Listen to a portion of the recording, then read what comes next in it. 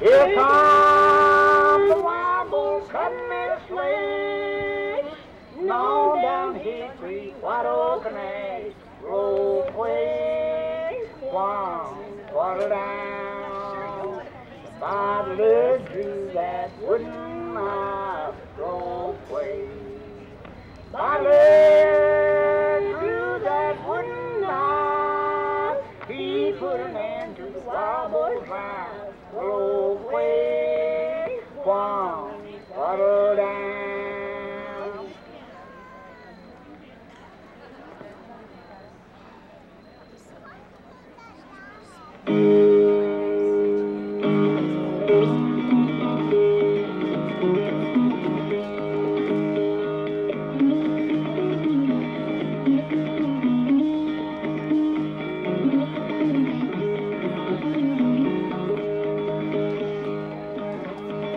Polly, pretty Polly, come go along with me.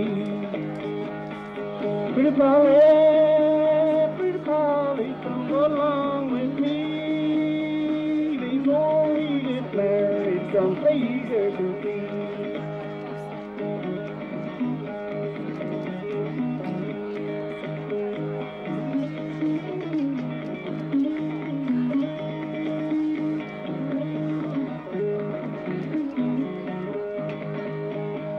Polly, pretty Polly, you're yonder she stands. Pretty Polly, you're yonder she stands. With a ring upon her finger, really white hand.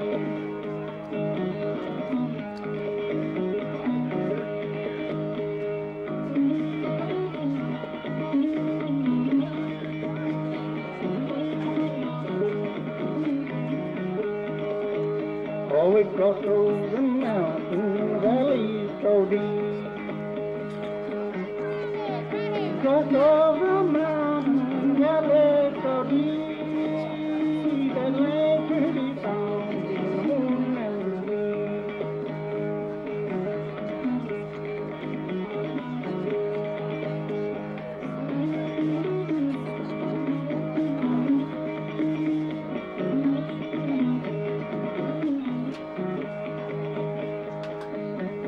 Oh, Willie, I'm afraid of your ways. Willie, I'm afraid of your ways. I'm afraid you will leave my poor body afraid.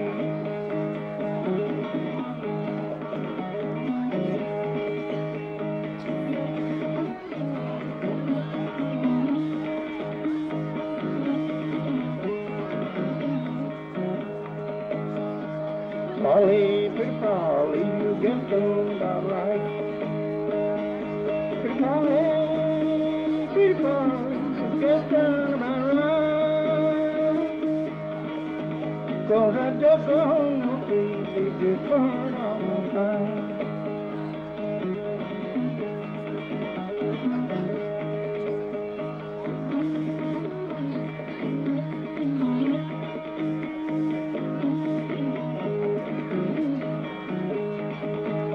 Oh, they walked on a little farther, and what did they find? Walked on a little farther, and what did they find? Well, a new dry place on a fade line line.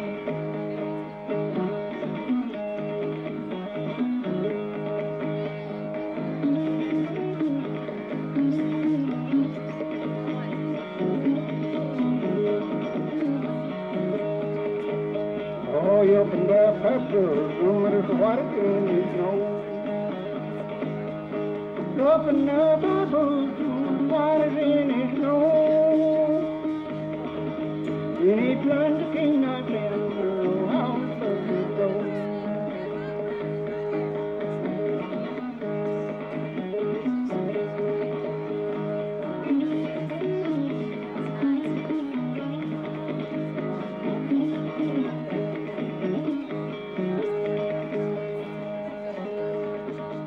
He threw a little dirt over and turned to go home.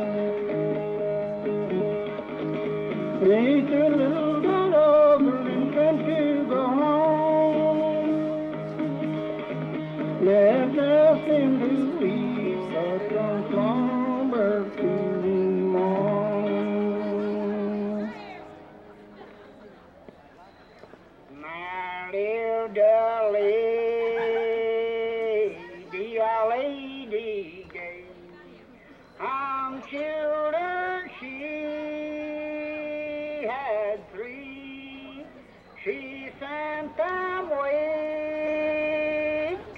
grandma's country. I do learn almost grammarly. They hadn't been gone but a very short while. Scarce like 3 weeks and a day till death came hasting all around and swept those babes away. Pray bring to me my 3 little babes to keep me company. Her 3 little babes came running down all through their mother's hall. She said a table before them, spread over with bread and wine. Come eat, my 3 little babes. Come eat and drink of wine. We cannot eat your bread, mother, nor neither drink your wine. Understands our Savior dear, unto him we must rely. He made a bed in a backmost room, spread over with clean sheets, and over top with a golden spread to make those babies sleep. Take it off, cried the oldest one. Take it off, I say again. Take it off, cried the younger one, for the cock done crowed for days. Cold clay lays there, I had mother. Green grass grows at our feet. The tears you shed last night for us as wet your winding sheet.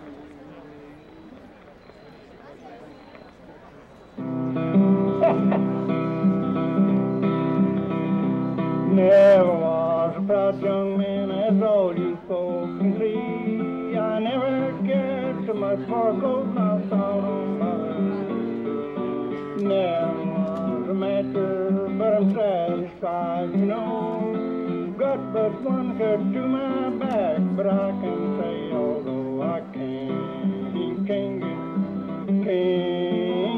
get, got but one cut to my back, fits me like an old old can't get. Ain't no use to try, have to lay in bed while my shirt hangs out to dry.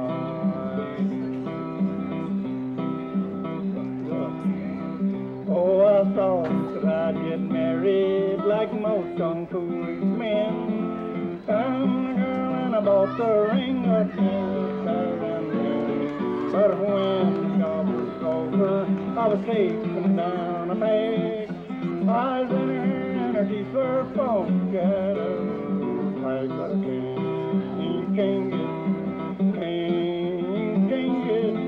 She was a great surprise to me. She was half a woman and half a tree, but I can't get. Ain't no use to try.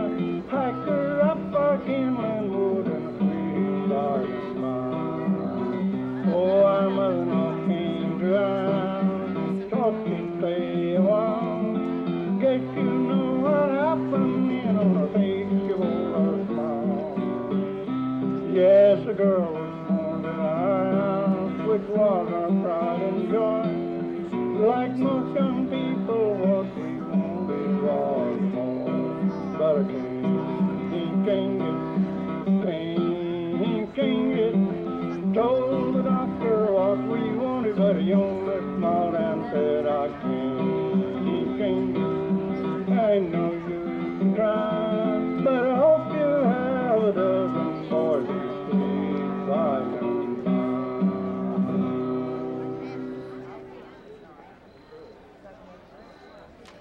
wow, passion is garden. I've always had you. Was always one suffering that loved me so dear. While passion discarded, I asked him his name. He answered, I'm Jesus. From heaven I came. Oh, from heaven I came. I found it only one upon that cold ground. A pain of his suffering that no one has found. Oh, that no one has found. They whipped him, they beat him, they crowned his head as raiment of purple showed blood stains on red. Oh, showed blood stains on red.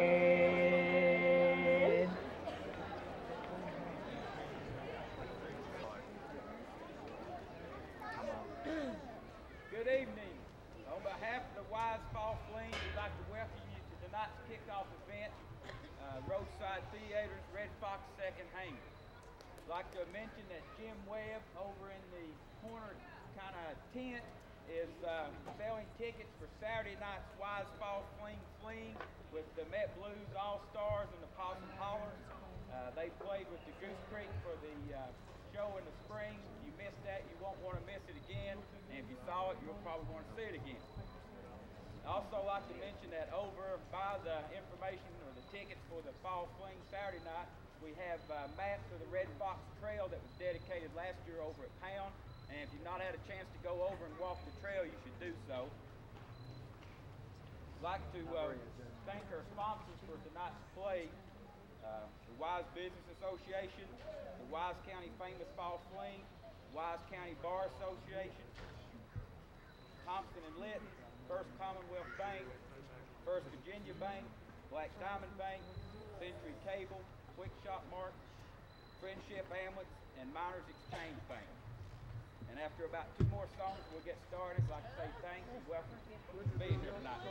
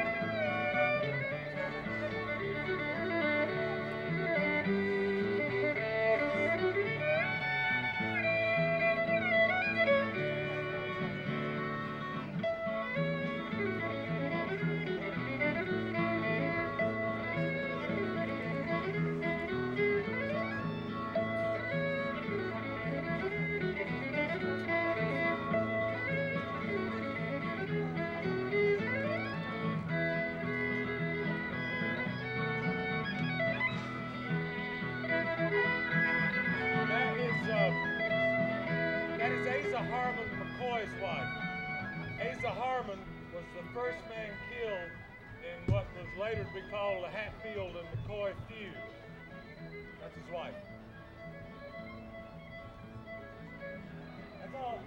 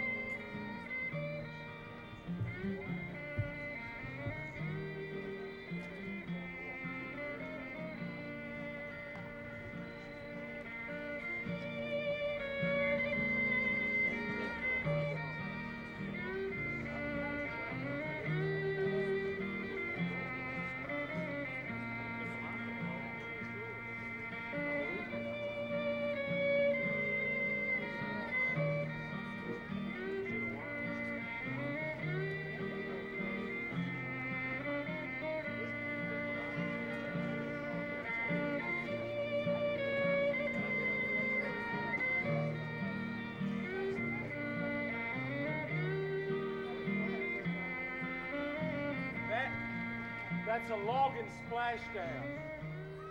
Used to get the logs down to deep water, they'd build a series of dams like this all the way down the creek. And all cutting season, they'd pile the logs up behind them.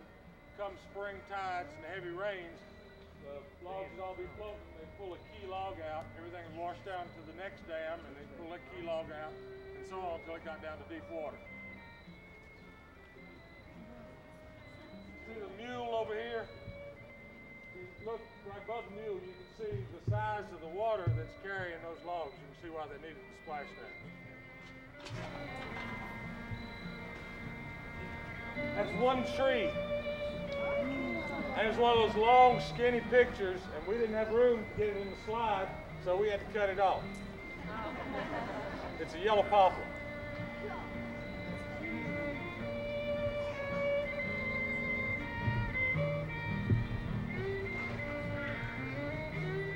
Railroad station, but I'm not sure where.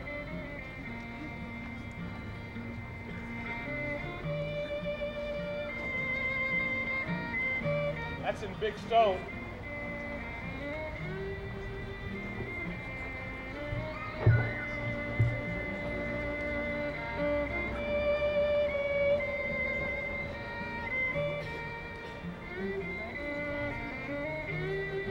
That's Norton.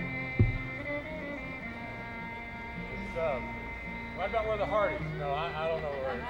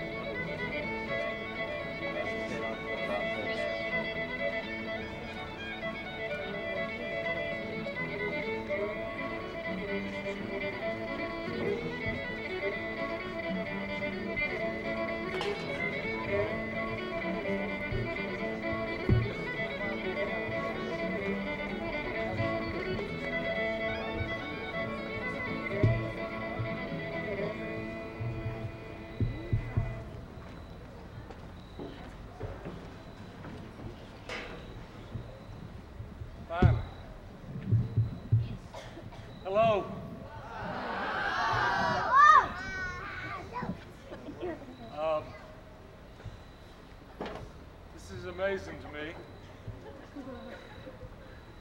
Gary's amazing to me. That we are here still telling this tale, and particularly that we are here telling this tale in October of 1993. Almost exactly 100 years from when another fairly large crowd was here. I love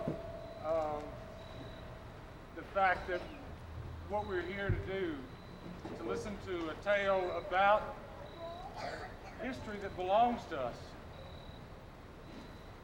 This is kind of a wild, raw tale, and we tell it from court records and, well, I guess over 100 years worth of memory. Now, it ain't my memory, and I guess for most of you out there, it ain't your memory, but in a way it is. It certainly helps to explain this place where I grew up, where we grew up, lived, and loved. You know, old pictures like these, they're always kind of brown and faded. Sometimes it seems like them old people themselves walked around in a brown, faded world, don't it? But when you listen to them talk about the way things used to be, sit back, hear them spin them old yarns, slowly wind them threads out, they'll weave stories for you about time full of color. Of all the old people down around in here that loved telling bits and pieces of this story, I reckon I'd rather listen to an old man from up on Kingdom Come Creek over in Kentucky. Everybody up Kingdom Come Creek called him Pat. Before we could tell you this tale, first we got to tell you just a little bit about Pat and his times. Old Pap would tell us, you know, the way they used to do. We'd go to his house and he'd sit by the fire and tell us things. He'd tell us how in his family they was 8 of them. Then he'd stop, study a minute, mumble. No.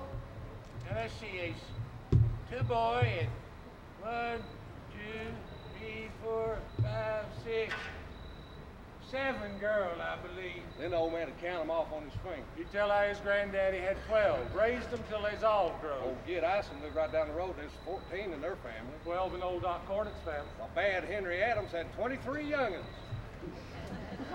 That ain't nothing. Folks just plumb give up trying to count how many Devil John Wright had. Pap said people used to raise big families back in them days. They'd go to the field to go working. They could flat do some work.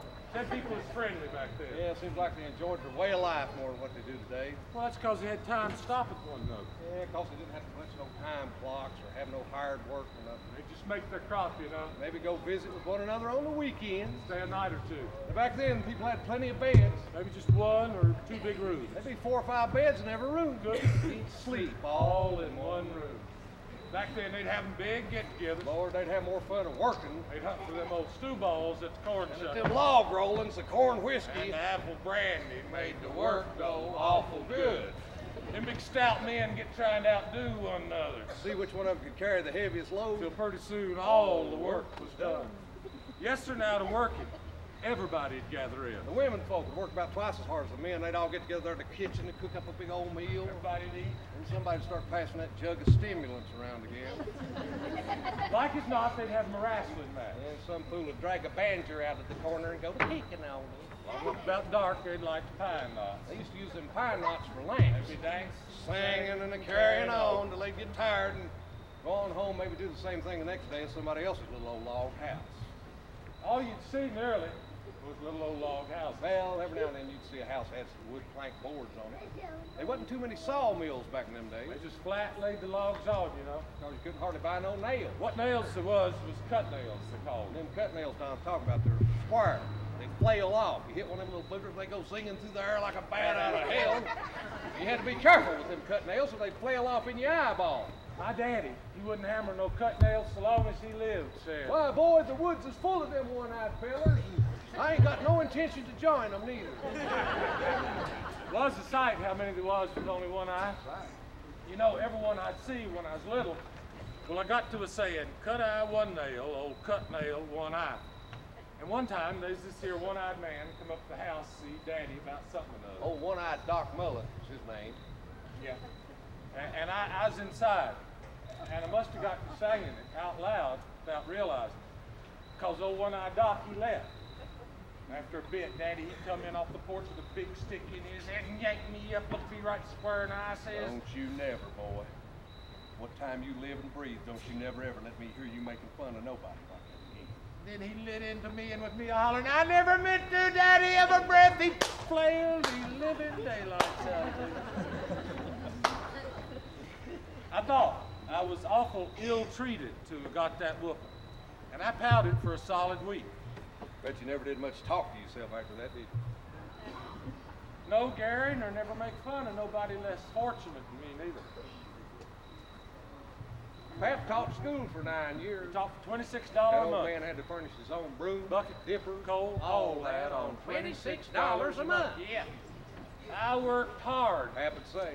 and it weren't a case of work or starve. Honey, it was work and starve. Pap got tired of teaching school and decided he was going to go get him an honest job. So he went to work in one of them stave mills. That's where they make wood barrels that they used to keep all that good liquor in. Pap was a timber cutter. Used to be all sorts of timber back down in here, like what they ain't now. Virgin timber.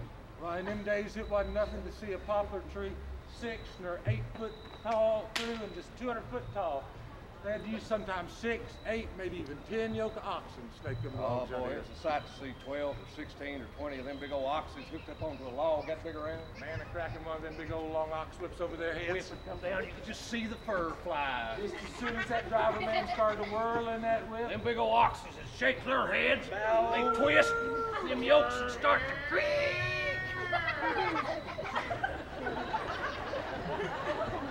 Thank you, Frankie. and them logs would start to move. Yes, so they had to work hard cutting all that timber and training them actors to imitate them oxen. And they still didn't have much money. Money? Back in them days, when a man had $1,000, he was a wheel hoss. Because it's so hard to get, you know. And if you ever was to see somebody go by in a horse and buggy, you'd say to yourself, look yonder. Yonder goes a rich man. Yeah, but I'll just tell you now, for all that, I'd rather be back there. I reckon I've heard Pap say it at least 1,000 times. Ain't be margarine. It costs us too much. Yeah, Pap. Bless his heart, you know. He could tell a lot of tales like that about old times, the way people used to do, if you could ever get him started. And if you could get him started, he nearly always would wind up talking about a fella who was the most important man in the world to him when he was growing up. A fella by the name of Doc Taylor. Red Fox. Now, the reason they called him a Red Fox, you know, a Red Fox is a pretty slippery feller. And past master is throwing off trackers. Old Red Fox will double back, side track, wade through creeks. Them old snake rail fences like you used to have and walk right along the tops of them. In the wintertime, skim over thin ice. Pap said that a fox knows how to run on 3 legs and keeps one rested all the time, you know. He said now that the foxes got to stealing chickens so bad when he was growing up. Said they had to get a posse up. Said there's over 100 men they set out scouring all the hills around here looking for them old red-coated chicken thieves. And that hunt, there was 12 men got shot up real bad. There was 2 or 3 hounds killed, entering the door nail. Didn't catch nary a fox. But they did track one great big old daddy fox. Tracked it right up to this lady's house. Looked all over the place for it. Finally just give up, went on back home. Directly said that lady was getting ready to do her bacon. Well, she opened her oven door up. Back, Fox!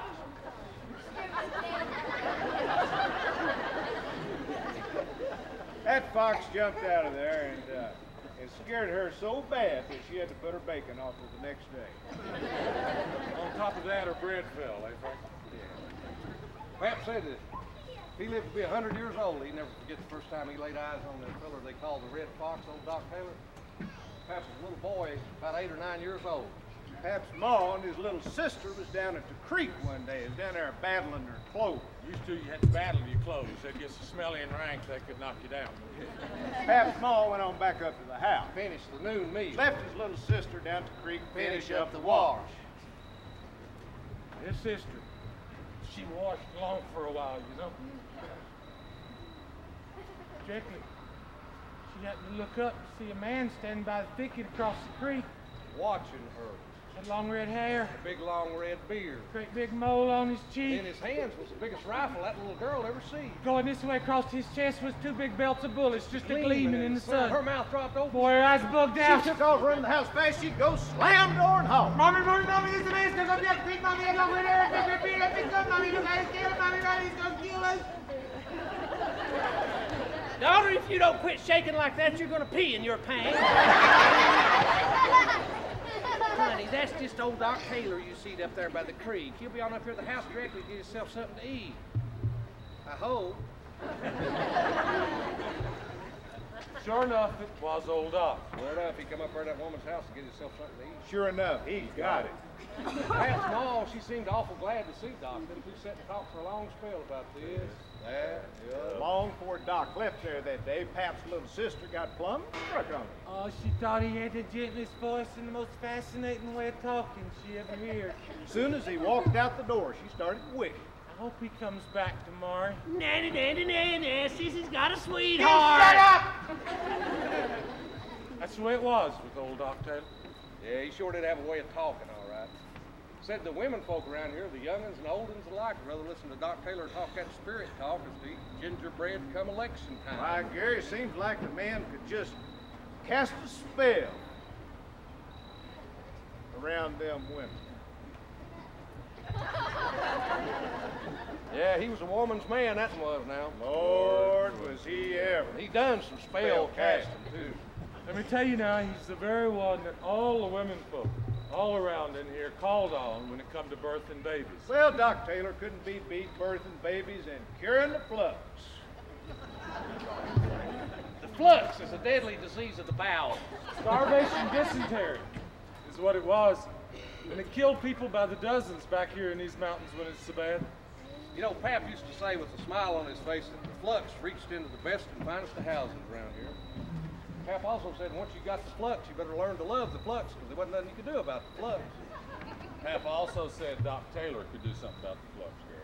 Yeah, it seemed like Doc was just a natural taking care of folks. Always had been. One time when he was a young fella about 17 or 18 years old, before he ever got any formal doctoring training, He did get formal doctoring training later on at Louisville Medical College. he walked out in his backyard one day, saw one of his little brothers running along there, and the little boy had his nose cut just about clean off with the sharp edge of a double-edged axe. One look at that boy. Oh, Lord, another look at that nose. Went back in the house, sir, got one of his stepmammy's old silk handkerchiefs, unraveled that handkerchief, made him a thread. Got him a needle, went back out there and held that ball and swollen, bleeding little boy down and sewed that nose back on so good. After it healed, they said you had to look twice to see every sign of a scar. Yeah, Doc had a special way of taking care of people. Seems like hardly ever would charge for none of his curing either. There's this one old man, this old pack peddler, used to travel around here in the mountains selling pots and pans out of the back of an old wagon. This old man used to tell a real strange story about how Doc Taylor had saved him after he got waylaid. Well, it was 1890. back in 1890, I was coming across the Pine Mountain over there at the Scuttle Hole Gap, and there was a bunch of rogues ambushed me. Why, they shot me up with pistols, and they cut me up with knives, and just throwed me over in an old laurel thicket. Left me there for dead. Well, when I come to, I sure enough thought I was dead, and that I had gone to heaven. Because, you see, I wasn't in that laurel thicket no more, and I could hear somebody singing. They was a singing that sweet old hymn, How From the foundation, ye sang of the Lord. Well, I just laid there listening. I was feeling proud of myself for finally having made it up to heaven. And then I heard what sounded to me like a rocking chair. Creaking. And I got to looking around to see what heaven looked like. Hell, it's a little bit darker up there than what I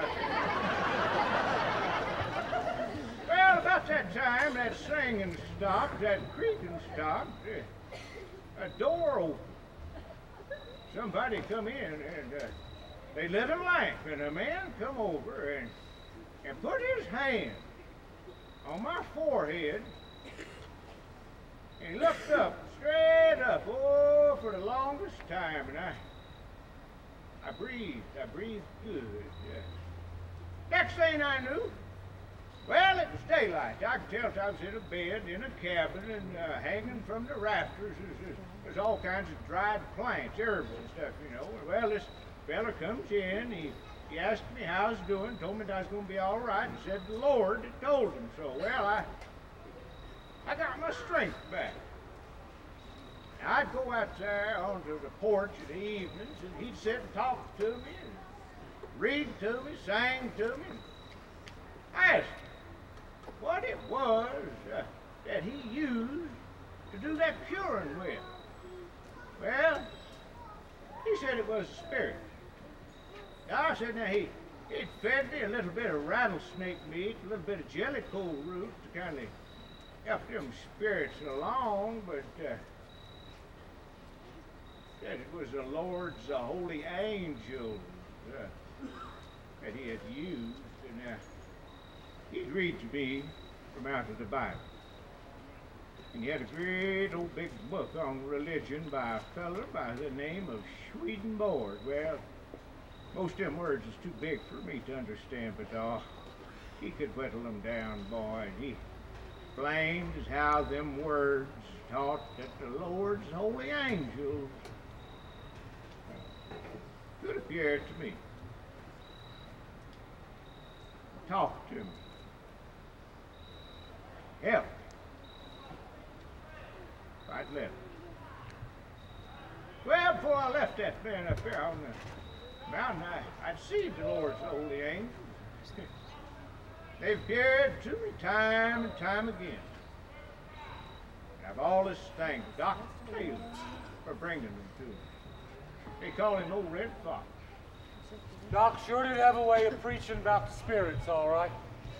He ought to have had a way because he was a preacher. Been a preacher since way back during the Civil War. When the Civil War got started, like about everybody, Doc joined up. But it didn't take him long to see what was going on and quit. Come on back and set into preaching that this here war was too ungodly a business for a man to be taking part in. There's a whole lot of people didn't think that Civil War was too ungodly. You know, back during the Civil War, folks around here didn't go off and join up in big armies to fight for what they believed in. Most of the fighting down here in the mountains was little gangs of men from up one holler or down one creek. Fighting another little gang of men from up another holler down another creek. The point is, they wasn't fighting some enemy soldier in some different colored uniform as much as they was fighting their neighbors. Shooting and killing people they knowed personally. Well, there's a whole lot of hate got built up in the Civil War. Down here in the mountains, it was a little bit different when the war finally ended. People had to settle down with that hate and live with it from day to day and not do nothing about it. Well, you might have to look a man you hated right square in the eye every day or so. A man you know killed your daddy. Or your brother. Your son.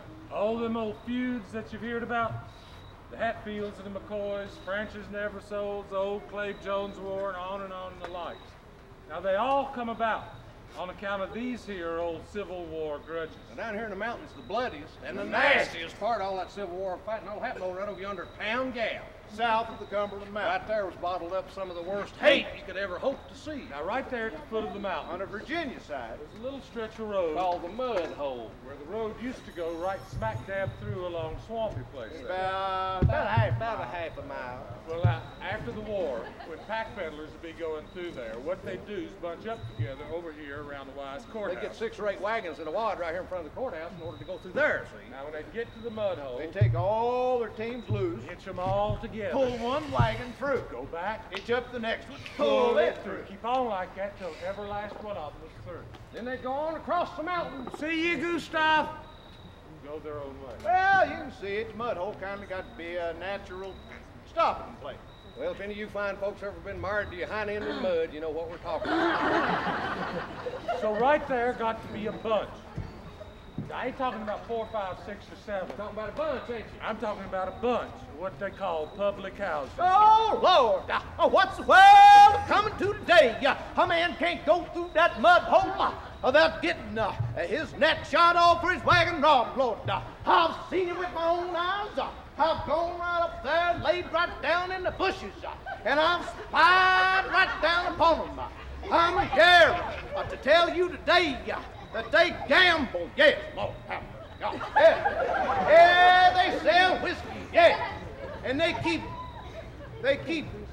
keep a loose women. Don't raise them Nicotine-stained hands to the Lord in prayer. Don't try to Hide in the closet, 'cause he will find you there. Whiskey, beer, wine, and gin, it's the devil's recipe for sin. Come on down, come on down, come on in. Yeah, Lord! Yeah! Lord, how much I'm telling you what's the truth here today, that there's 10 of them, 15, 20, too many of them public houses. Right there on that half-a-mile stretch. Now, like we said before, right in there was a whole hell of a lot of hate built up. So, what was all that ragging and all that gambling All that carrying on. and all that hating, they was bound to be trouble. got to the point where there's a shootout every day in that mud hole. Nervous fellers stayed out of there. Mud hole got to be a rough neighborhood. Took a lot of liquor A lot of apple brandy. and A lot of moonshine. to satisfy it. Yeah, I reckon there ain't no need in telling you folks. Oh, hell, tell them anyway, Don. That's what we came up here for. There's a lot of satisfaction He's talking about money, you know, cash jingle in your pocket. to be made from what they call shining the mud hole. there was a lot of men would kill to get that satisfaction. And did. The year was 1885. Doc Taylor was offered the job of U.S. Marshal here in Wise County, Virginia. Try to clean up some of that mess over there around the mud hole, stop some of that killing. He took the job. Right from the very first day that he pinned that badge on, he started crossing some of the baddest of that bad mud hole bunch. The baddest bad man in the mountains was a feller by the name of old Bad Tal Hall. Now, everybody all around down in here had heard about Bad Talton Hall. And these stories is how he killed 99 men during his career. That's because he got started killing young. Tal killed his first man before he even got any pimples. Tal was about 13 or 14 years old, and the Civil War had been going on for quite a spell. And see, Tal's daddy had got him a name in all that Civil War fighting, Bad Dave Hall. And Tal wanted to be like his daddy. About more than anything in the world. You don't be like my daddy. He was just itching. He was just itching to give himself a bad name. Just like my daddy, Bad Dave Hall, that's what to be like, just like him. Anyhow, Taltier had fell in with a gang of full-grown men that was fighting on the Confederate side. We was a kind of running and hiding and ambushing up there in the mountains, you know. Anyhow, this gang, they come upon one of Tal's uncles who's siding with the Yankees. Henry Maggard, that right there is my Uncle Hank, right there. So they decided they was gonna Kill Henry Maggard. Hey, can I shoot Uncle? Now, this gang knowed that Tal was itching to get him a bad name, but they didn't know how bad, so they talked it over and decided, Sure, hell, why not let the boy do the killing? So they held Uncle Henry. And Tal, he up with that big hog rifle of his. Hurry up, boy, we ain't got all day. No, Oh, God, he just been itching to kill him a man. After that, he jumped up on a log and lay in there, flapped his arms, and crowed like a banny rooster.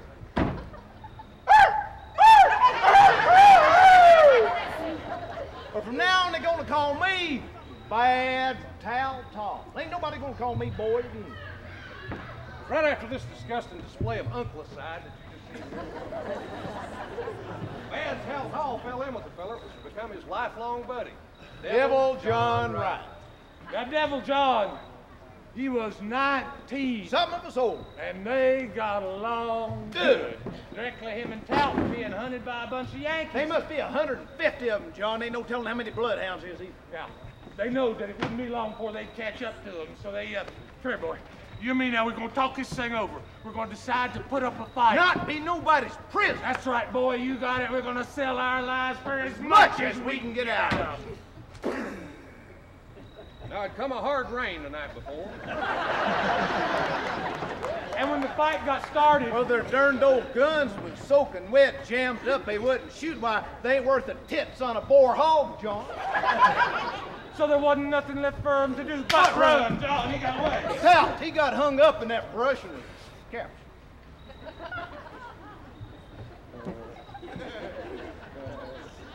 When John seen they had his buddy, he come in the next morning and give himself up. Oh, John. Hotel. Come over here, stupid. Me? Yeah.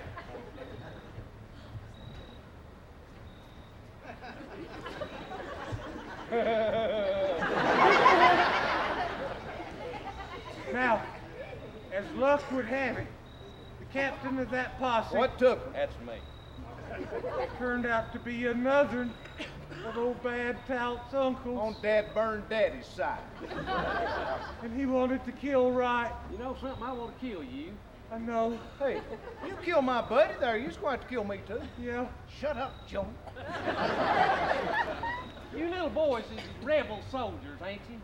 Yes, sir. Now me, I'm an officer in the Union Army. You see them stripes right there on my shoulder? Yes, sir. Now, I know you little boys like running up there in them woods and chasing after them little girls and shooting off them little guns of yours, don't you? Yes, You sir. want to keep on doing that too as long as you can, don't you? Yes, sir. Well, I tell you what I'll do then, boys. I'll give you a choice. If you don't quit your rebelling ways and join up with me in my army, I'm going to send both of you little boys up to Confederate heaven. So, there wasn't nothing left for him to do but to switch sides. Join up with the Yankees. I reckon them two didn't know or care who or what they was fighting again by this time. He's just into that fight. So Devil John and Tout made them some real good enemies on both sides of that there Civil War.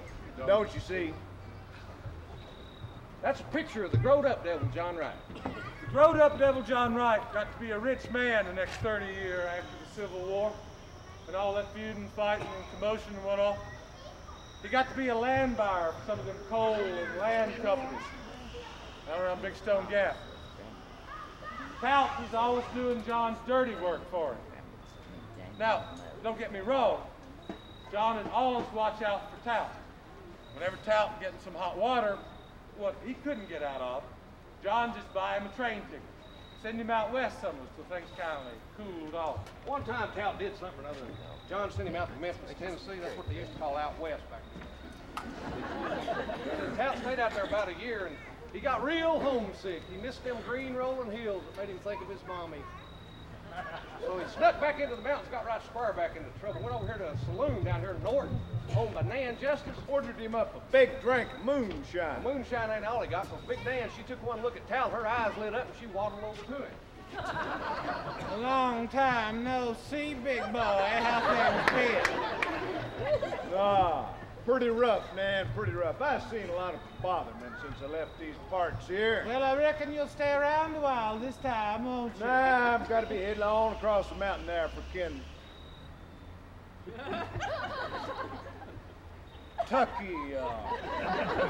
But I reckon I can stop and see a couple of my old friends. So Nan and Tout got acquainted all over each other again. Directly. One of Tout's old drinking buddies. Heard he's in town and come looking for him, Miles. Bates. They tied on a figure. Directly, the sheriff of Norton come in, said he's going to arrest Tout's drinking buddy for stealing a watch. That's pretty damn funny. I can't even tell time. What the hell good would a watch do me? Meet me, buddy, but you're under arrest. Tall. Shot him! Shit, Tout, you shot the sheriff!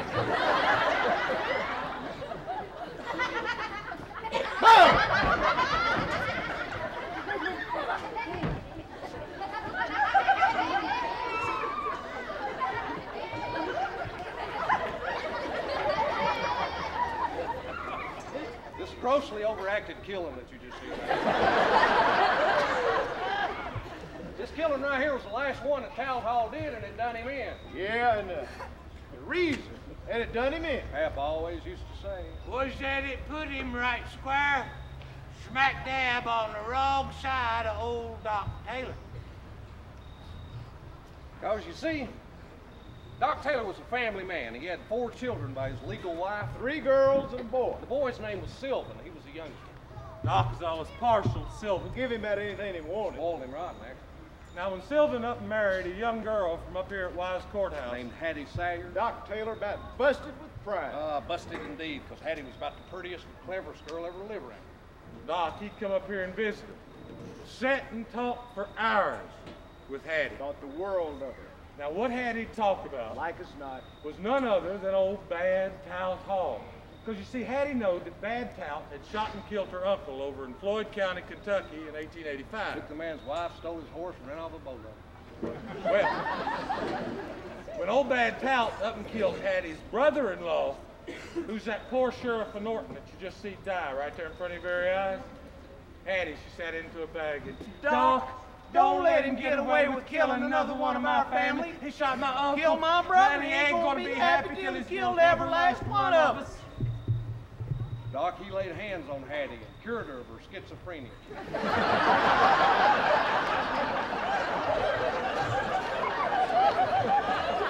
Then all by himself, he took up Taltall's trail and he tracked him clean out yonder to Memphis, Tennessee. Well, he hadn't been in Memphis long before he had Tal caught. They brought him back on the train. Christmas Eve, 1891. Said folks is out singing Christmas carols. Oh, Until they heard the train pull up. Then they changed their tune, went down to the depot and mobbed. Lynch! Taltall! Bring him up! Old Doc Taylor, he'd just stand there right in front of Tout, that great big old 45 by 75 Winchester rifle. Just daring any man to take another step. They got Tout locked up. Locked him up in the jail here at the Wise Courthouse. And no sooner did they have him in this jail than the rumors started flying around that old Devil John Wright And his gang. was going to come, bust Tout out of that jail. Doc Taylor. Doc Taylor was determined that Taltall was going to stand his trial. He weren't the only one, neither.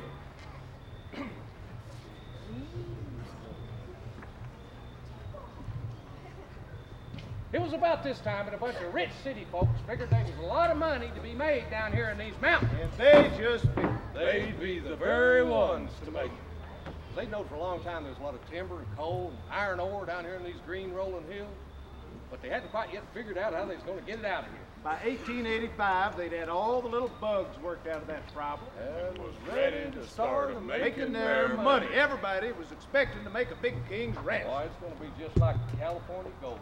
People was pouring into Little Bitty Big Stone Gap from All over the world. Why? There was even a Duke And the Duchess. from London, England. Them fancy fellers set in to make Little Bitty Big Stone Gap into the Pittsburgh of the South. They's running full-page advertisements in the New York Times. Proclaiming as how this country down here has everything to offer to make you a fortune. They've got timber, coal, water power, iron ore all in one spot. The natives have no idea of all the money that they're sitting on. And there are men who know how to talk to these natives. Like Devil John Wright. Render good service to the company, buy land that no outsider can buy, and not have to pay much for it either. I'll be. Upon my honor. Them companies set about to build them big factories to work in. And the owners' big palaces to live in. Right there in Big Stone Gap. Oh, Lord, they done some fancy living. Had more money than they knowed what to do with. They'd have these little pink tea parties. Send around little engraved invitations on little silver trays. Carried from palace to palace. By some little Negro boy that they dressed up like some Arab sheik. With a turban on his head. Only problem with all this was these fancy fellers was scared to death to set foot outside their back doors. Half the time, Gary, they was afraid to do even that. Seems like the natives As they called them. used to think the most fun in the world was get good and panked up drunk on Friday and Saturday night, go riding down the wood plank sidewalks of Big Stone Gap with the reins in their teeth, pistols in their hands, just shooting and hollering and cussing and raising hell. Come a cow, come a yippee-ki-yay! This uncivilized behavior did not set too well with polite society. This here polite society figured that the natives needed to have the fear of God Rather, the fear of law and order. struck into their hearts, or else their businesses down there at Big Stone Gap never amount to a hill of beans. Well, they got them up a little army to protect themselves and their businesses. Called it the Home Guard. It is 3, 4. Now, there had never been a hanging in Wise County before. This here Home Guard decided that now, by George, was as good a time as any to have one. Actually, it was a better time than most to have a hanging, because they already had the perfect example laying right over there in the jail. Remember old Bad Tal Hall, the most famous bad man of the mountain? What with all them rumors about Devil John Wright And his gang. a busting tout out of jail, that guard shut down their businesses at Big Stone Gap, and every last one of them picked up, transported themselves up here to the Wise Courthouse, rigged them up a little fort around the courthouse and the jail, took up a 24-hour watch. They kept so many chains on poor old Tal Hall. Yeah, around his feet, Around his arms and his hands. around his neck. Said it would have took a mule to have moved him. Said it would have took a big few. And they got him, tried. And they got him convicted. And that new judge did something no other man had ever done around here before. He sentenced Tal Hall to hang by the neck. Right after the sentencing, the guard put Tout on a train, shipped him halfway across the state of Virginia, up there to Lynchburg, for safekeeping till the day come for him to hang. You know, Doc Taylor never took too kindly to all these goings-on down here in Big Stone Gap. He didn't care too much for the idea of having no Pittsburgh at his back door. Doc Taylor had a lot more sense than these fancy fellers would give him credit for.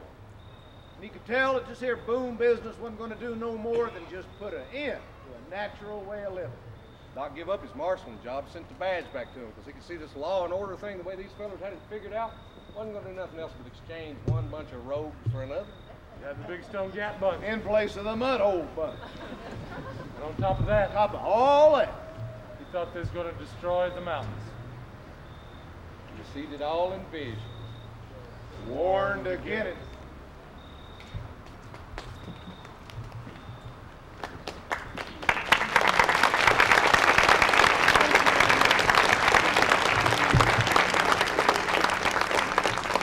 We're going to take about a 10, 15-minute intermission.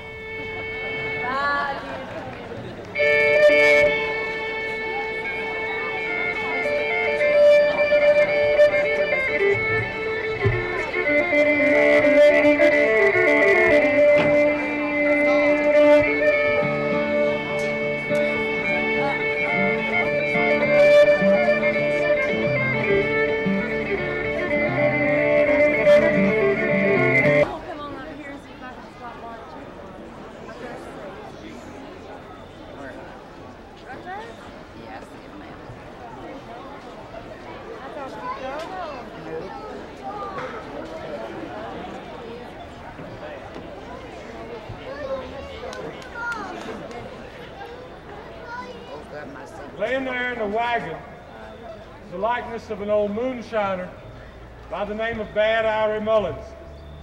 Mean as a striped rattlesnake. Didn't care about nothing or nobody.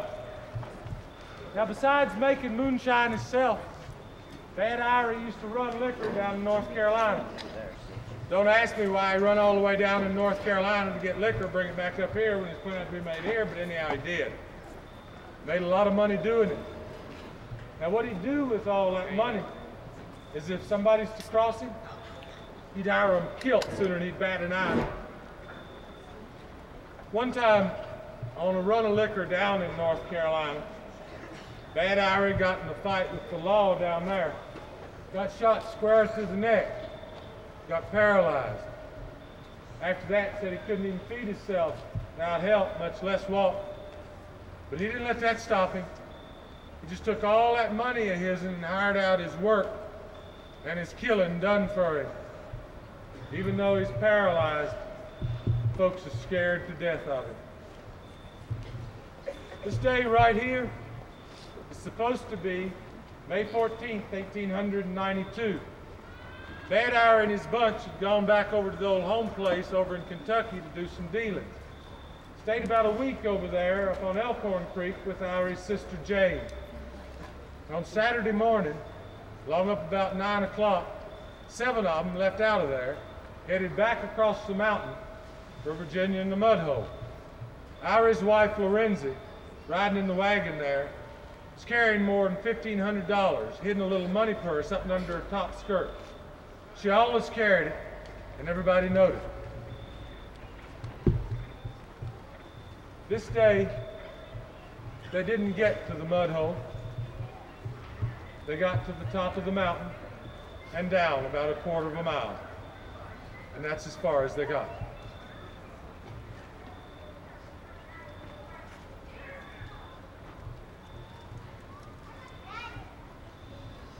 One time, on a run of liquor from North Carolina, not this day, Bad Irie and his bunch had gotten a big gun battle right here, right where you're sitting, the main street of Wise Courthouse, with Doc Taylor and some of his deputies. Said folks was skedaddling every which way to get under cover somehow, and that fight lasted a right smart while. One of Bad Irie's men was killed, 2 of them was wounded and captured, but old Irie and that wagon got away. After that, there wasn't nothing but real bad blood between Irie Mullins and Doc Taylor. Said Irie commenced offering $200, $300, $400 rewards to have Doc Taylor killed. Said Doc Taylor was a marked man. Doc let it out to folks that if he's to ever get in another row with the wagon, said what he'd do is get the wagon horses first, then said he'd get what was in the wagon. Folks was just laying odds as to who would get who first.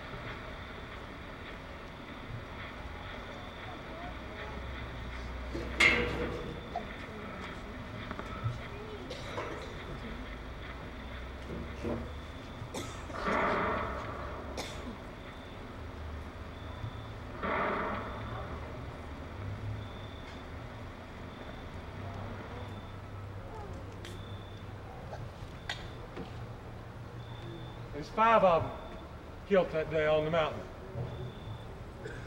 Irie's boy John got away. Said when the shooting started, he took off running and never looked back. They shot his galluses in 2. You know what galluses are? What they used to call suspenders. Shot him clean in 2 right here. But he got away, never seen nothing. Irie's sister Jane, she got away.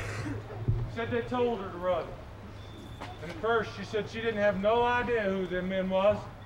It was way up above the road, down and behind some rocks, had green veils down over all their faces. Now in a few days that woman changed her story around completely. Said she recognized him. Said it's old Doc Taylor and the Fleming boys. Everybody all around.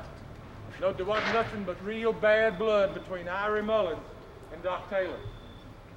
When they went up there that day on the mountain to get the bodies, they found dead wagon horses. So naturally, a lot of folks started laying the blame to Doc because everybody remembered what Doc had to say about dead wagon horses. They got a big rewards for Doc. Big posse set out after him. And Doc, he set into scouting out. Even today, 100 years later, there's still just all kinds of tales around here about Doc Taylor being able to slip through the woods unnatural-like. Somebody'd see him at one place over here on this side of the mountain, and before they noted, he'd be clean across the mountain at another place in no time at all. He'd slip through here, slip through there. Directly, he'd slip in light with one of his woman friends whenever he wanted a little rest, have her cooking all for him. Like the time he come up to Witter Vanover's land up there on Elkhorn Creek to rest himself. A feller by the name of John Venters, who lived about 5 miles on down the creek, heard he's there and come to get him, see his little girl, said. Doc, my little girls are burning up with the fever. Could you come down to the house and take a look at her? Doc knowed this here Venters feller was a stiller. Knowed he run with the Mudhole bunch and with Devil John Wright and his gang, and he's suspicious. But he said, Yeah, Johnny, I'll go up there to have a look at your little girl. I got a few things I need to attend to down here at the Withers house first. Why don't you pull you up a chair over there? I'll be with you in a minute. All right, Doc. says Venters. No, Doc. I'm awful worried about my little girl. I'm just gonna go on down to the house, and you come when you're ready. Then he turned and hightailed it out of there. Doc, he sat there studying for a while. Well, now, they're up to something. Them fellas is up to something. Well, now, how do you figure that? The Witter Vanover asked him. Now, Witter John Venters stutters, but he don't stutter that bad. Now, his little girl been so sick he wouldn't have left this house without me. For fear I'd take too long coming down to his place, or maybe not even go there at all. The way I got to figure, they got him a little ambush up the road there a ways. I guess I better be heading on that. You'll not go at all. Said the Witter. Doc Taylor, they'll kill you. They'll kill you the very same way they killed my poor old husband. Oh, Witter, don't you worry. You're pretty self-done about them fellas killing me. Besides, it'd be an awful shame for them to have to sit up there all night in the dark with nothing to do. Anyhow, I've been wrong once before. I might be wrong again. This little girl might really be sick. So Doc got up, went out to the woodshed there, and built him a little wheel, about the size of a bicycle wheel. Fastened him a light scantling pole about 10 foot long to the frame. Rigged him up a little frame to hold a walking lantern. You know what a walking lantern is? It's kind of like a lantern that don't shine a light back. It just casts forward. Sort of like a flashlight, so as you can see to walk at night. Then he waited. Waited till it got good and dark before the moon come up. Gathered him up some of his doctoring tools. Got his old 45 by 75 Winchester rifle. Lit that lantern and he hung it on the frame. Took hold to the end of that pole and pushing that wheel about 10 foot in front of him in the road, set out for Venters' house. Let me tell you, it looked just exactly like a man carrying that lantern. The way Doc had it rigged up there on that frame. And he'd not got but about 2 miles down the road till he come to a real dark place there in the wilderness. Big old beech tree off to one side, laurel thicket all around the base of that beech tree. That wheel with that lantern on it got right plumb smack dab even with that beech tree. Pow, they started shooting and down with that lantern. 4 men jumped out from the bushes shouting, "We got you now, you old fox!" Doc, he let him have it. That Winchester was shooting flames this way, this way, that way, and the men hit the bridge. I reckon your daughter's over that fever now, Venters. Doc hollered out. Now, just to make sure, or maybe to get a little laugh, said he went on up there anyhow. And sure enough, that child had broke her fever. Said it was a holy miracle. Well, Doc got kind of tired of scouting out in the mountains all the time, dodging around from the law, and he just determined that he wanted to come on back home, stand his trial. But his son Sylvan said, Paul, you ain't got a snowball's chance in hell of getting tried fair. Law ain't cost a lot of money since the Big Stone Gap bunch took over running things. We ain't rich folks, Paul. What do you expect me to do, boy? I've been working up a little plan. I was afraid of that. What we'll do is get a dry goods box and put you in it. I'm glad you heard me out, Paul. We'll fix it up with rations, fix a little latch so you can get out when you want. And we'll take it down, put it on a train, like it's going up to some of Hattie's people up in Cincinnati. No, I ain't going to Cincinnati. You ain't got to go to Cincinnati, Paul. When that train gets to Bluefield, you come out of that box, get you on a train for Florida just as fast as you can. You'll like it in Florida, Paul. Green warm all year round down there. I've heard these stories that a man can just walk around down there in Florida, pick them sweet things off them trees year round. You might be the very thing for this here diabetes condition. Oh, it ain't much of a plan, son, but let's give it a try. Well, Sylvan, he went out and he bought his daddy a full new suit of clothes. Got a big old box? Put Doc in it, wrote to Cincinnati on the top, took it down, put it on the train, and Doc's out of there. Now, as luck would have it, Somebody had told the authorities what was afoot. and when Doc climbed out of that box in Bluefield, There was two great big old detectives just standing there. waiting to grab him. Kindly tight quarters there, Dr. Taylor. Was you headed, Summers? Well, I was kind of thinking about going down to Florida for a little while, boys. You was. But I guess we'll be heading back to the Wise Courthouse, huh? Yep. It's the front page of the National Police Gazette. The date on it's August 20th, 1892. First paragraph reads, two of the most notorious outlaws and murderers in Southwest Virginia and Eastern Kentucky are Talton Hall and Doc Taylor. Former soon to pay his penalty, his life, the penalty of his crime with his life on the gallows.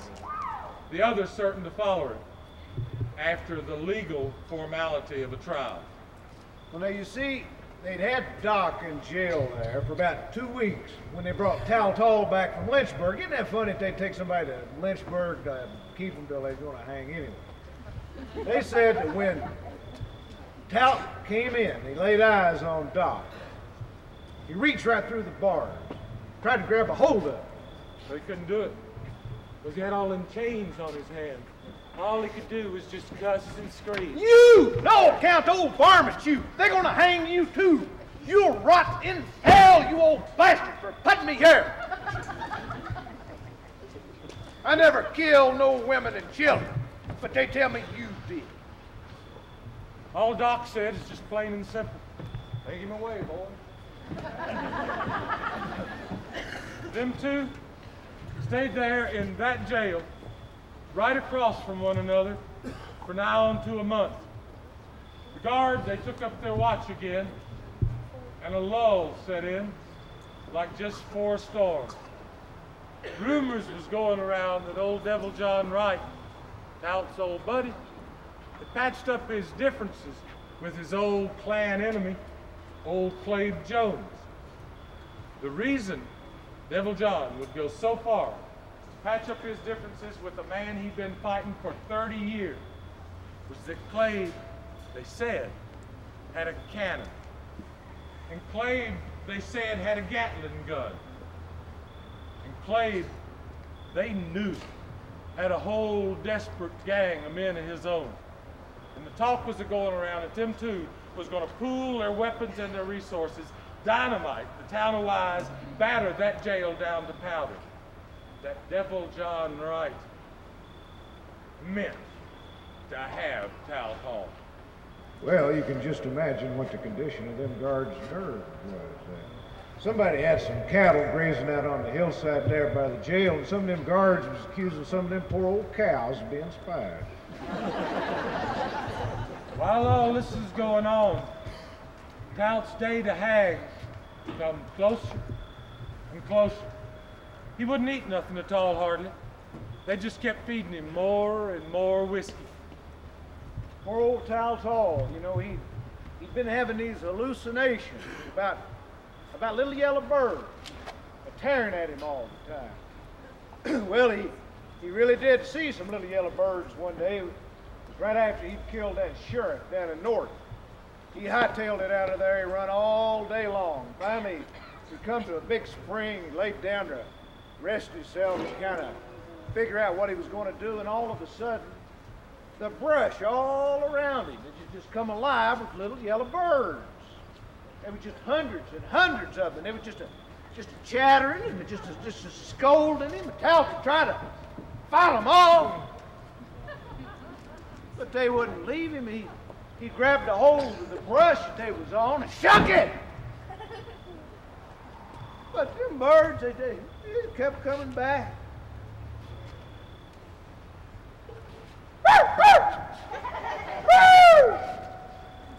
He finally did manage to get away from them birds. He never did manage to shake the sound of them birds out of his head. And as his day to hang come closer and closer, them sounds, they got louder, louder. Felt like a madman caged up there in that jail. Said if the guard wouldn't give him whiskey, he'd set into screaming, making such a racket! Oh! Finally, one of the guards would take pity on poor old Talcott, break down and buy him a bottle of whiskey. Said Doc Taylor sat there in his cell Right across the hall, on a hammock. as calm as could be, they said, reading out of his Bible, trying to sort things out. But there's a picture of Bad Talcott 2 days before they hung him. They hung him on September 2nd, 1892. Said you never seen such a crowd of people in all your life. Up on top of the houses and the ridge poles are just sagging with the weights. Up on top of all the trees. Women folk, they'd come all decked out with gay ribbons hung all over them. Come from all the counties around in here. Virginia, Kentucky, Tennessee, West Virginia, North Carolina. Hell, Talcott Hall was the Jesse James of his day. And Pap says they come from now on to all over the world to see this here first hanging in Wise County. See, old Devil John Wright, Talcott's old buddy, was really going to let him hang. Most folks didn't believe he would. Everybody kept wondering that day, where is old Devil John? I'll tell you where he was. Between a rock and a hard place, that's where he was. On one hand now, he'd do just about anything to help his old buddy. Then on the other hand, remember, you've been getting rich buying land for the Big Stone Gap Bunch. And is the Big Stone Gap Bunch pulling this hanging off? What do you do when you're between that kind of a rock and a hard place? You don't do nothing, that's what you do. Talcott Hall dropped through that trap door, his neck snapped, and he hung there like a sack of corn. They said Doc Taylor stood at the window of his cell, his Bible in one hand and his watch in the other. And he clocked, and he watched the Big Stone Gap Bunch pull this hanging off. Watched this here new law start taking its course.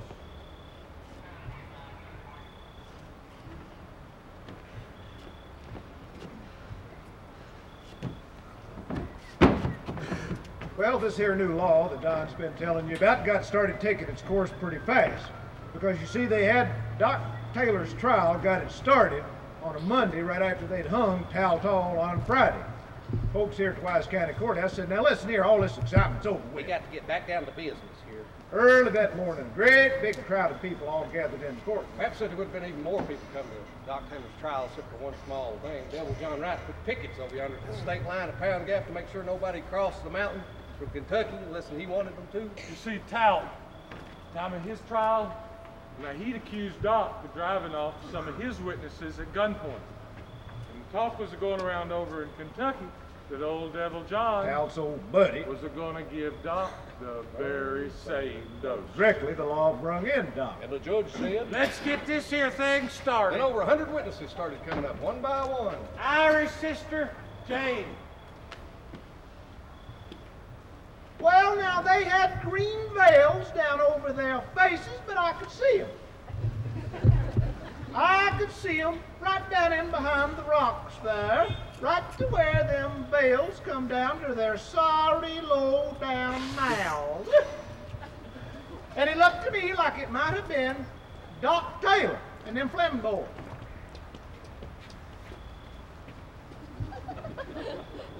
Me and Jane's good friends. Next morning after killing, I went round over there to where they had the dead all laid out. And Jane, she said she didn't have no idea who it was doing that killing. I said, Jane, honey, don't you have no idea at all? She said, no, they had a black something other over their face with a green strip of cloth around their forehead. Sorry, Blevins, I never told you that neither. And I'll swear that I never told the grand jury that they had veils down over all of their faces. I plainly said, part of their faces. Jane told me she's so scared when the shooting started she wouldn't even have known my husband Matt if he'd been there. And they's real good friends too.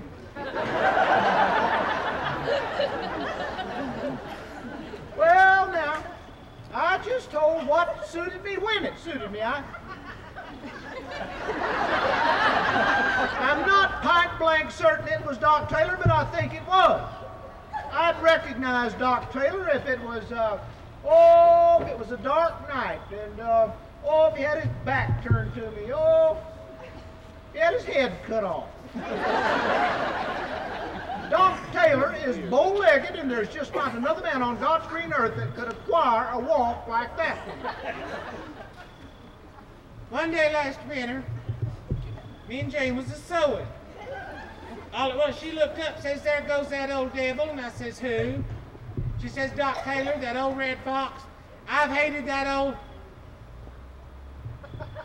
bastard ever since he caught my brother Henderson. I wish he's in the middle of a kettle of torment. That's a lie. It is not. That's a lie. You know, good way you told me that. You told me that. I never said that I wish Doc Taylor was in... I never said that I wish Doc Taylor was in the middle of a kettle of torment. I wish you was in the middle of a kettle of torment.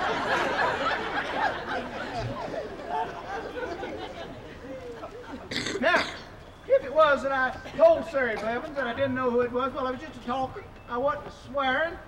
I told them what I wanted to tell them because I was afeard they'd kill me. You know, there was a lot of fellas wondering how come them fellas did the shooting that day up there on the mountain and let Jane Mullins there get away. Yeah, a lot of them thought it was mighty suspicious. You see, they thought that maybe Jane Mullins was in on that meanness, too. Proceed!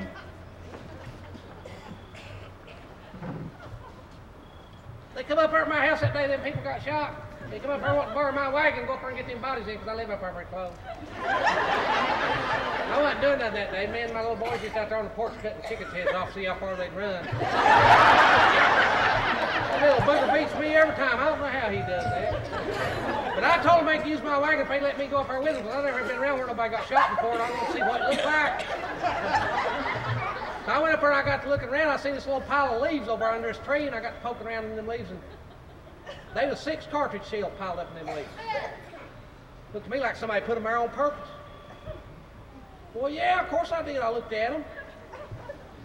Yeah, there's 45 by 75 caliber. I sure did look at them. Yeah, Henry Adams, he's got a gun that size. I shot that thing one time. It like knocked my shoulder out of whack. Huh? No, I ain't got no idea where Henry Adams is at. They tell me he's dodging the law. Now, by this point, you are bound to remember that Doc's gun was a 45 by 75 Winchester rifle. Well, everybody back then around here knew it. But there's just a little bit more to it than the fact that this here Henry Adams, what he was talking about, had a gun the same size as Doc. Well, you see, old Henry Adams, he was kind of stocky like Doc was. He had a big beard like Doc. And old Henry, well, now he was known as Bad Henry Adams. And there's real bad blood between him and Irie You Mullins. see, he had shot and killed Irish brothers Henderson about a year before that. Henderson said he had a biting dog. Bit several people. Bad Henry told him, said. If that goddamn dog bites me, Henderson, I'm gonna kill him. Well, it wasn't long after that man Henderson found his dog shot. Of course, he figured it was Bad Henry what had done it. Said he'd run in on Bad Henry and drawed his guns. Bad Henry's sitting there at his supper table eating. Pretend like you're eating for me. Now, Bad Henry, keep on. Bad Henry, he never laid his guns aside. He always carried them while he ate, while he slept, and he shot that man Henderson. Keep on. He shot him without even taking his gun out of his pocket, without even missing a bite. Shot him right plumb straight up through the table and all. That man Henderson just fell over right there in the supper table gravy. Dead. Shot over a dog. Of course, Bad Irie set out rewards for Bad Henry. And Bad Henry, he let it be known. Irie Mullins couldn't stick his thumb up his ass with both hands. I'll kill him and I'll kill in the rest of that damn bunch of mudhole drunks the first chance I get.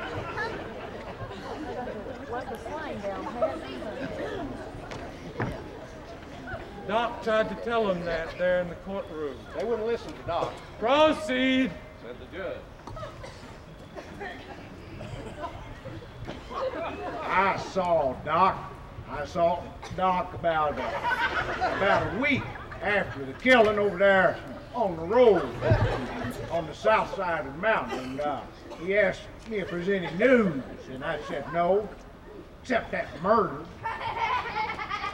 Well, then he asked me who they was accusing over here on this side of the mountain. I said, why, Doc, you. Well, when I told the man that, he never acted too natural.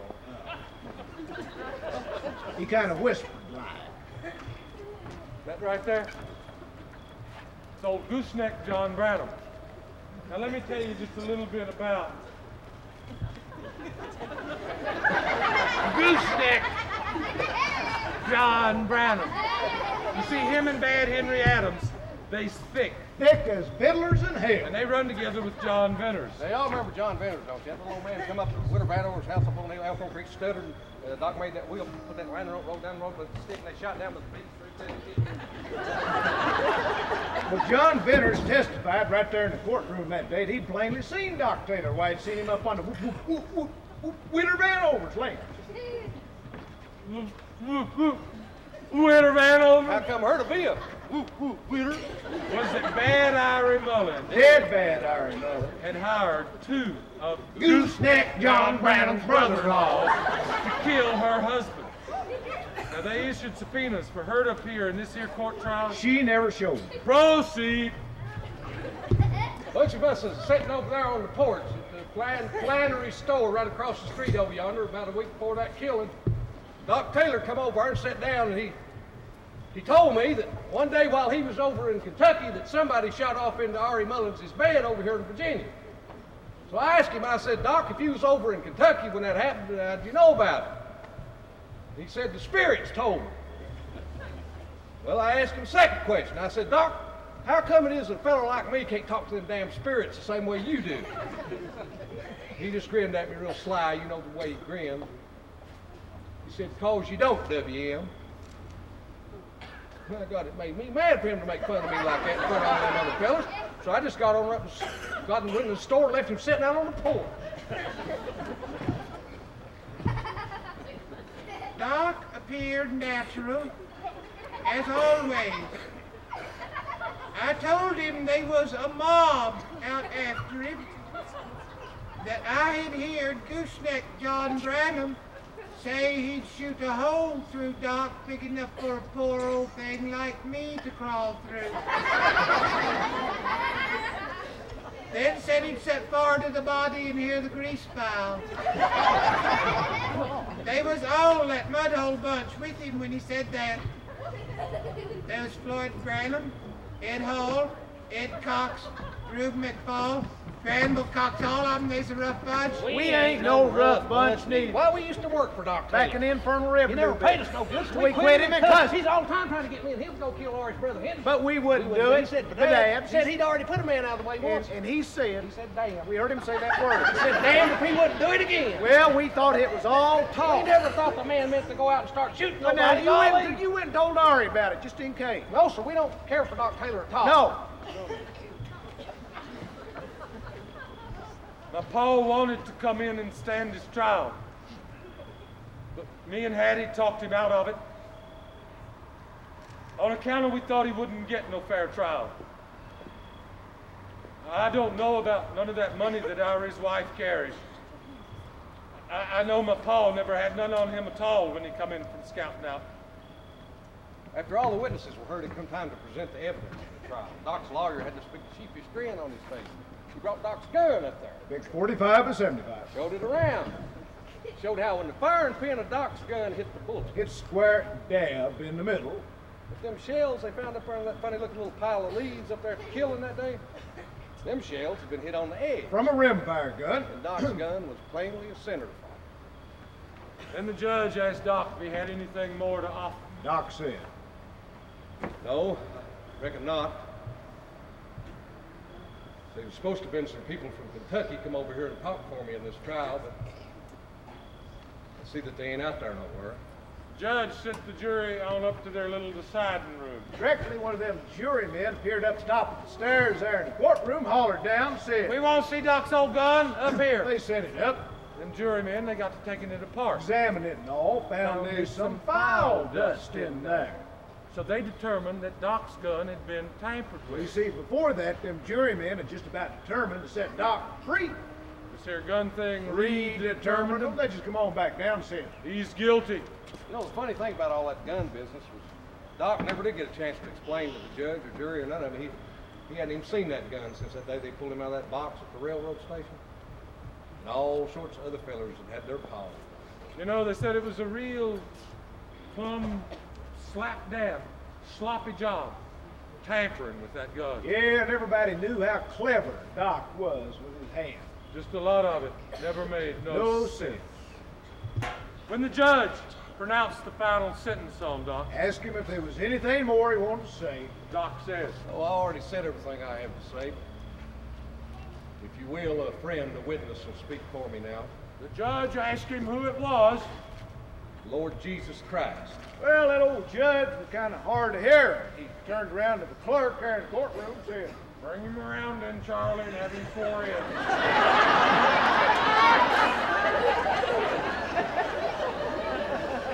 Doc Taylor never flinched an eye. Picked up the Holy Bible. Started reading from the Psalms. Consider mine enemies, for they are many, and they hate me with cruel hatred. They laid at my charge things that I knew not. Deliver me not over to the will of mine enemies, for false witnesses are risen up against me, and such as breathe out cruelty.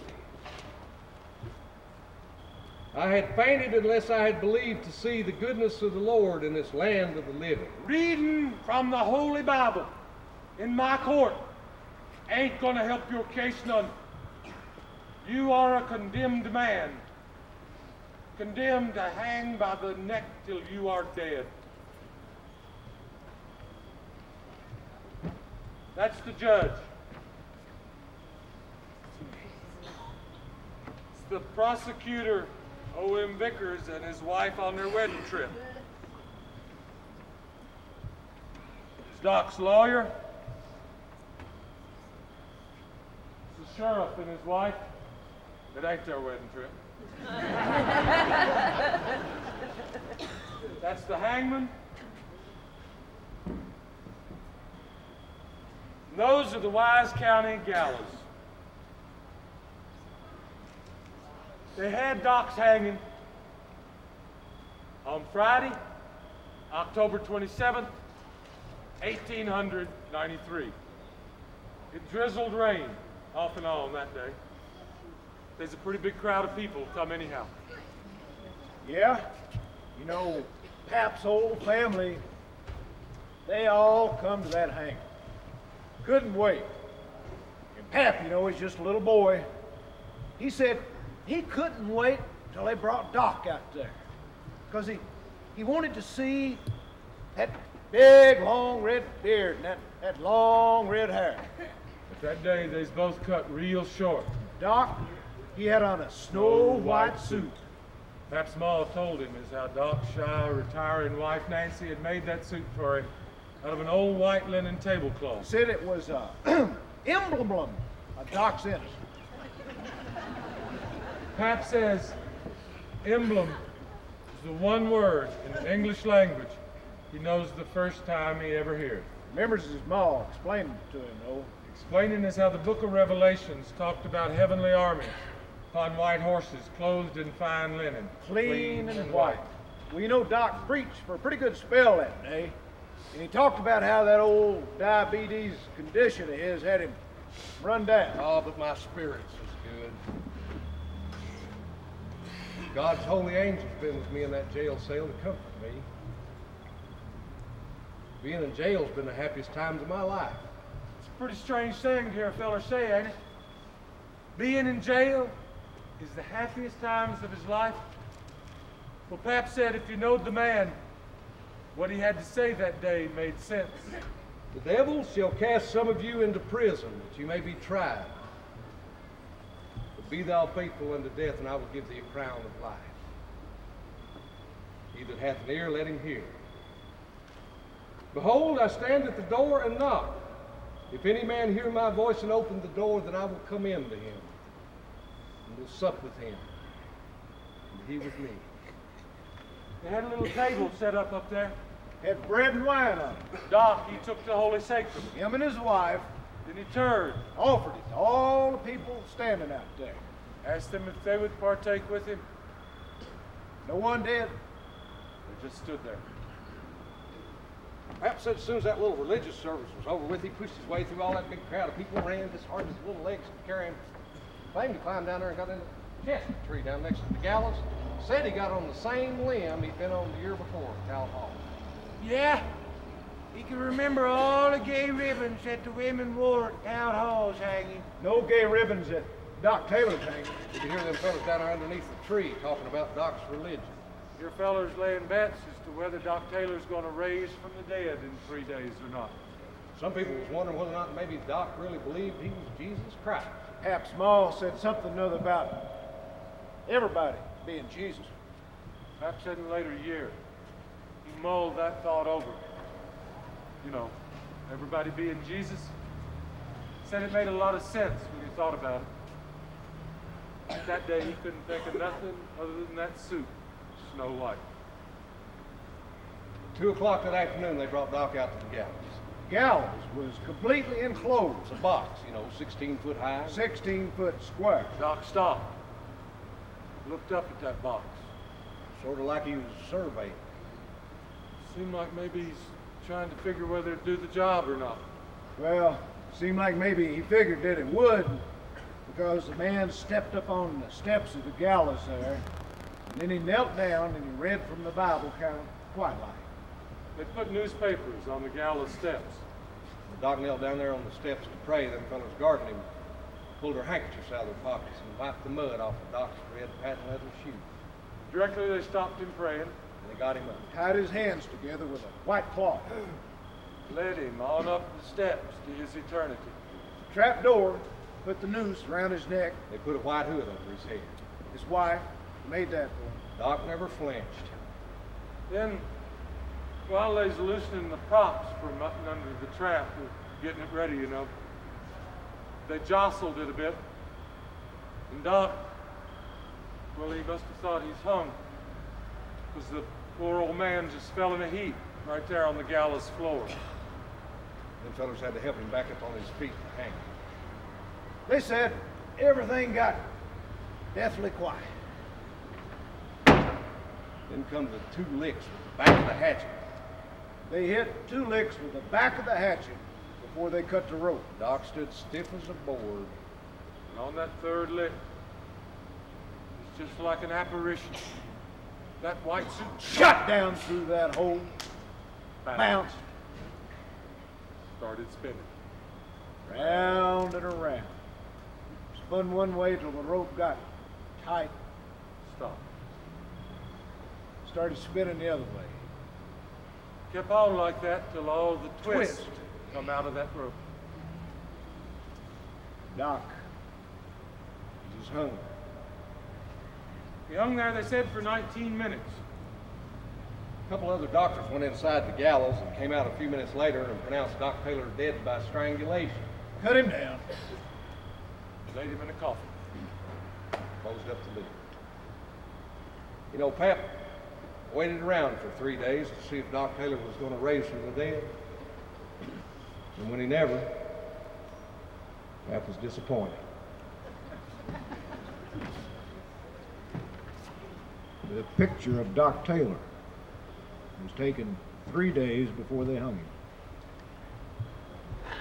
You know, Pap said he never heard nothing no different for 10 years after that. Except he did say there was some folks claiming that Doc's body never got cold. But in 10 years, Pap was married, and his wife was having her first baby. When the doctor got there for the confinement and was waiting around to birth the baby, he got to talking to him about things. Found out that Pap's wife was Doc Taylor's niece. When he found that out, he told him a little something that sort of changed things a bit. See, he said he was one of the 2 doctors that had pronounced Doc Taylor dead by strangulation. Not no broken neck now, mind you. Said he's one of Doc's Mason brothers, and how now to everybody inside that enclosed gallows was a Mason. He said Doc Taylor did not die there in them gallows at all. Said they rigged up a little spring-like harness thing up under his armpits, and when he fell on the trap door like that, that's when the sheriff hitched it up. Said they buried a railroad tie up there in the cemetery, and that Doc had wanted to appear to folks again in 3 days, but his family talked him out of it. Whisked him out of here to Saline County, Missouri. You know, Pap was getting up about 100 years old when he used to tell us this story. He'd sit there in his rocking chair over the fireplace with a big wad of chew in the back of his mouth. Every few minutes he'd lean over and let fly with a big spray of Ambir and damn near put the fire out. He'd look over at one of us and shake his old head and say, "You reckon that's true?"